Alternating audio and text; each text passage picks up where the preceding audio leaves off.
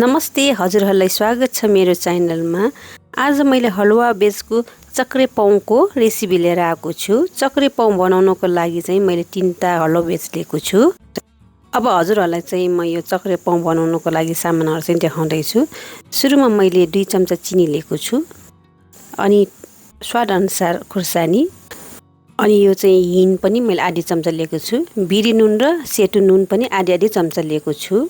अब बनाउनको लागि चाहिँ हजुरहरूले अब मेरो रेसिपी राम्रोसँग हेरिदिनु होला। सुरुमा यो हलुवा बेज पाकेको छ। अब यो काटेर म चाहिँ यसलाई म्यास गर्दै छु। हलुवा बेजको यस्तो बोक्रो चाहिँ यसरी निकालेर चाहिँ एक ठाउँमा राख्नु होला। गुटली चाहिँ निकालेर अनि एक ठाउँमा राख्नु होला। मजाले यो चम्चाको सहायताले मजाले यसलाई चलाइदिनु होला। यसरी अब मैले प्यान बसालिसकेँ। अब यो हलुवा बेजको लागि चाहिँ यो एकछिन चाहिँ यसलाई पकाउनु पर्छ, यो क्यान्डी पाउ बनाउनलाई। एकछिन चाहिँ यसरी मजाले चलाउनु होला। यो चाहिँ छिनछिनमा चलाइराख्नु पर्छ, किनभने डढ्न सम्भावना हुन्छ। त्यसैले मजाले यसलाई एकदमै नरम हुने गरेर चाहिँ यसलाई चलाउनु पर्छ। अनि त्यो गुटलीमा चाहिँ अलिकति थिचेर मजाले यसरी चलाउनु होला। चम्चाले चाहिँ यो गुटलीलाई चाहिँ थिचेर चाहिँ स्मुथ बनाउनु होला। अब म चाहिँ चिनी 2 चम्चा हाल्दै छु। चिनीले चाहिँ पानी निस्किन्छ।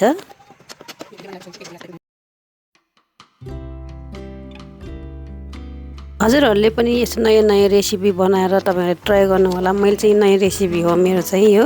मैले चाहिँ थोरै रातो कलर पनि हालेको छु। हजुरहरूले नहाले पनि हुन्छ। मैले चाहिँ कलर राम्रो होस् भनेर चाहिँ मैले हालेको। अहिले बिरी नुन र सेतो नुन पनि मैले हाल्दै छु। अनि यसलाई पनि मजाले चलाउनु होला यसरी नै।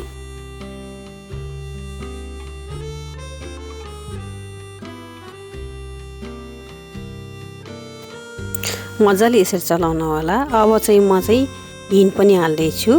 हिङ चाहिँ पाउलाई चाहिन्छ नै, अनि स्वाद पनि आउँछ हिङ राख्यो भने।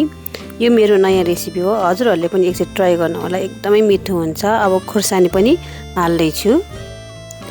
खुर्सानी चाहिँ आफ्नो स्वाद अनुसार हाल्नु होला। पिरो गुलियो कसरी मन पर्छ हजुरहरूलाई त्यसरी नै हाल्नु होला। मलाई चाहिँ अलि पिरो मन पर्छ टिटौरामा चाहिँ। ल हेर्नुहोस् त, यो पनि पाक्यो। अब म चाहिँ यो एउटा थालमा मैले तेल हालेर ग्रिस गर्दै छु। ल हेर्नुहोस् त, मैले ग्रिस पनि गरिसक्यो। अब यो हलुवा बेजलाई चाहिँ म खनाउँदै छु। अब यसलाई यसरी मजाले यसरी चम्चाको सहायताले यसरी मजाले फैलाउनु होला। अब चाहिँ यसलाई फैलाइसकेँ मैले चाहिँ। अब चाहिँ 2 हातको सहायताले यसरी यसलाई ड्याम हान्नु होला यसरी। अब चाहिँ म घाममा सुकाउँदै छु।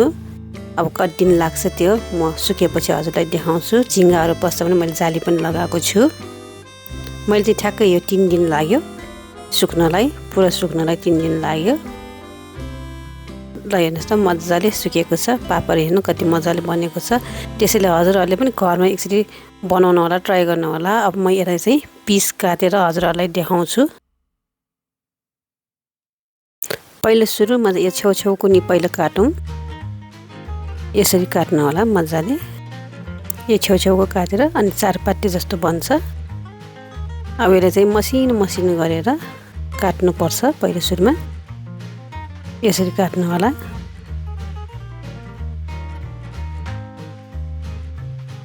ल हेर्नुहोस् त, मैले लामो गरेर काटिसकेँ।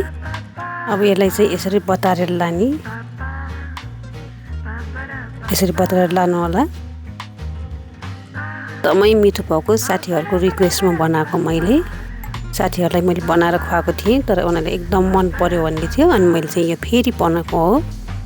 ल हेर्नुहोस् त, यस्तो हुन्छ। हजुरहरूले पनि यस्तै गरेर घरमा यसरी नै बनाउनु होला। बजारकोमा विषादित हुन्छ। घरमै बनाएर खायो भने आफूलाई स्वास्थ्यलाई पनि राम्रो हुन्छ। हजुरहरूले चाहिँ यो टाइट कन्टेनरमा हालेर राखे पनि हुन्छ। आफूलाई मन परेको बेला खाए पनि हुन्छ। तर एकदमै मिठो हुन्छ यसरी बनायो भने चाहिँ। ल हेर्नु कति राम्रो भएको छ। अब म त्यो पाउको लागि त्यसरी खाए पनि हुन्छ। पाउको लागि मैले लिक्विड पनि बनाउँदै छु, झोलवाला पाउ। अब झोल बनाउनको लागि चाहिँ मैले प्यान बसालिसकेँ। चिनी चाहिँ मैले 3 चम्चा लिएको छु। आफ्नो स्वाद अनुसार हुन्छ आफूलाई कति मनपर्छ त्यति लिनु होला मैले चाहिँ थोरै पानी पनि हालेको छु धेरै पानी चाहिँ नहाल्नु होला किनभने मैले अलिकति बाक्लो बनाउन लागेको छु झोल चाहिँ त्यतिकै सादा खा पनि हुन्छ मैले चाहिँ झोलवाला पनि बनाउन लागेको हो यसरी मजाले चलाउनु होला यो चिनी राख्यो भने चाहिँ नचलायो भने चाहिँ डर्न सक्छ अब चिनी हाल्ने मैले थोरै कलर पनि हालेको छु तपाईहरुलाई मन पर्दैन भने कलर नहाले पनि हुन्छ अनि थोरै बिरी नुन अनि त्यस्तै गरेर थोरै हिङ पनि हाल्दिनु होला हिङ चाहिँ चाहिन्छ नि पाउमा चाहिँ स्वाद ल्याउनको लागि हिङ चाहिन्छ अनि मैले थोरै भिनेगर पनि हालेको छु है भिनेगर चाहिँ क्रिस्टलाइज नहोस् भनेर चाहिँ मैले भिनेगर थोरै हालेको हो चिनीले चाहिँ त्यो कागती हाले पनि हुन्छ भिनेगर हाले पनि हुन्छ चिनी मात्रै हाल्यो भने क्रिस्टलाइज हुन सक्छ त्यसैले भिनेगर हालेको मैले थोरै खुर्सानी पनि हालेको छु है मलाई चाहिँ पिरो मन पनि भएर होला मैले चाहिँ अलि पिरो नै खान्छु अनि पिरो नै गरेर मैले खुर्सानी हालेको छु भुटेर राखेको खुर्सानी हो यो चाहिँ मैले पाउको झोल बनाउँदा मुखमा पानी आइसक्यो मलाई कुरै गर्न सकेको छैन मैले चाहिँ मलाई चाहिँ एकदम मन पर्छ पाउ भनेपछि थोरै नुन पनि सेतो नुन पनि हालेको छु यस्तै गरी एकछिन पकाउनु पर्छ अलि बाक्लो नै गर्नुपर्छ झोलको लागि चाहिँ ल हेर्नुस् त झोल चाहिँ अलि बाक्लो भइसक्यो अब यसमा चाहिँ यो पाउ हाल्दै छु यो पाउ चाहिँ यसै सादा खा पनि हुन्छ है अनि यो झोल राखेर खा पनि हुन्छ मैले सबै पाउ यसमा खनाइदिन्छु यसरी मजाले एकछिन चलाउनु होला एकछिन चलाउनु पर्छ ल हेर्नुस् त बाक्लो भएर आयो यो पनि रेडी भयो यो पनि म हजुरहरुलाई चाहिँ यो मैले सल्ट गरेर पनि हजुरहरुलाई देखाउँछु ल हेर्नुस् त कति मजाको पाउ भएको छ हेर्दै खाउँ लाग्ने तर एकदमै मिठो हुन्छ है एकचोटि ट्राई गर्नु होला साथीहरु तर एकदम मेरो मुखबाट पानी आएर मलाई त बोल्नै सकेको छैन मैले त ल हेर्नुस् त अब कति राम्रो भएको छ हजुरहरुले पनि यस्तै गरेर घरमा बनाएर खानु होला किनभने बजारको बिसादित हुन्छ यो क्यान्डी पाउ चाहिँ लप्सीको पनि बनाउन मिल्छ हजुरहरुले यस्तै गरेर घरमा बनाएर खानु होला लाइक कमेन्ट शेयर सब्स्क्राइब गर्न नभुल्नु होला धन्यवाद